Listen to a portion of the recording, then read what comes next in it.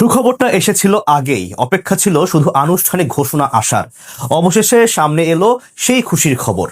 প্রায় 16 বছর পর নতুন এক সুযোগ এলো টাইগারদের কাছে, যার অপেক্ষায় ছিল কোটি কোটি ক্রিকেট ভক্ত।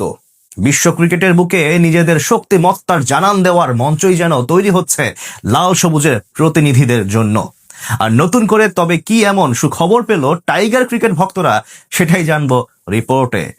ঘরের মাঠে দাপটের পারফরমেন্সের পর এবার বাইরের মাটিতেও নিজেদের আধিপত্য দেখানোর সুযোগ পাচ্ছে লাল সবুজেরা। প্রায় 23 বছর পর অস্ট্রেলিয়ার মাটিতে টেস্ট খেলতে যাচ্ছে টাইগাররা। দেশের ক্রিকেটে যখন এই উৎসবের আমেজ চলছে, তখন আরো এক সুখবর পেল বাংলাদেশ। সুযোগ এলো ক্রিকেটের আতুর ঘর খ্যাত ইংল্যান্ডে গিয়ে টেস্ট খেলার। দীর্ঘ 16 বছর পর আবারও ইংলিশদের মাটিতে গিয়ে সাদা জার্সিতে লড়াই করবে টাইগাররা। তাও আবার ম্যাচটি হবে ক্রিকেটের সবচেয়ে ঐতিহ্যবাহী ও মর্যাদাপূর্ণ ভেন্যু লর্ডসে। আইসিসি টেস্ট চ্যাম্পিয়নশিপের ফাইনাল লর্ডস থেকে ওভালে সরিয়ে নেওয়ার পরই কপাল খুলেছে বাংলাদেশের, যার ফলে প্রায় 16 বছর পর আবারও সাদা জার্সি গায়ে লর্ডসের মাটিতে মাঠে নামার সুযোগ পাচ্ছে লাল সবুজেরা। আগামী বছরে নিজেদের গ্রীষ্মকালীন সূচি প্রকাশ করেছে England and Wales cricket board.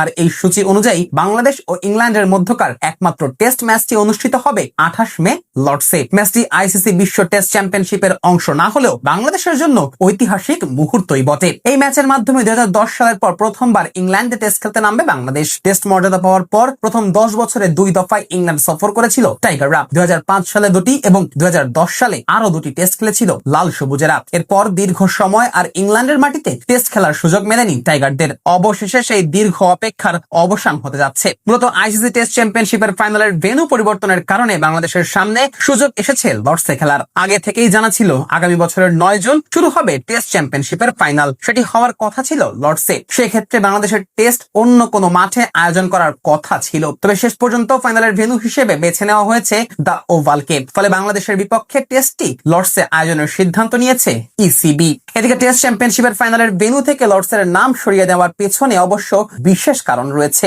সম্প্রতি ইংল্যান্ড ও নিউজিল্যান্ডের মধ্যকার টেস্টে লর্ডসের পিচ নিয়ে ব্যাপক সমালোচনার জন্ম নেয়। অতিরিক্ত সিম মুভমেন্ট, অসম বাউন্স এবং বোলারদের জন্য অস্বাভাবিক সহায়ক উইকেটের কারণে ম্যাচটি শেষ হয়ে যায় মাত্র 166 ওভারে। লর্ডসের 140 বছরের ইতিহাসে 2 দল 4 ইনিংস ব্যাট করেছে এমন টেস্টের মধ্যে এটাই ছিল সবচেয়ে কম ওভারের ঘটনা। আর এরপরই আইসিসি সেই উইকেটকে অসন্তোষজনক আখ্যা দিয়ে একটি ডিমেরিট পয়েন্টও দিয়ে দেয়, যার প্রভাব গিয়ে পড়ে টেস্ট চ্যাম্পিয়নশিপের ফাইনালের ভেন্যু নির্বাচনে। আর কপাল খুলে যায় বাংলাদেশের। ফলে মাত্র কয়েক মাসের ব্যবধানে ইংল্যান্ডের বিপক্ষে 3টি টেস্ট খেলবে লাল সবুজেরা। আগামী ফেব্রুয়ারিতে বাংলাদেশ সফরে এসে 2টি টেস্ট খেলবে ইংলিশরা। মিরপুর ও চট্টগ্রামে আয়োজনের সম্ভাবনা থাকা সেই 2টি ম্যাচ অবশ্য টেস্ট চ্যাম্পিয়নশিপের অংশ।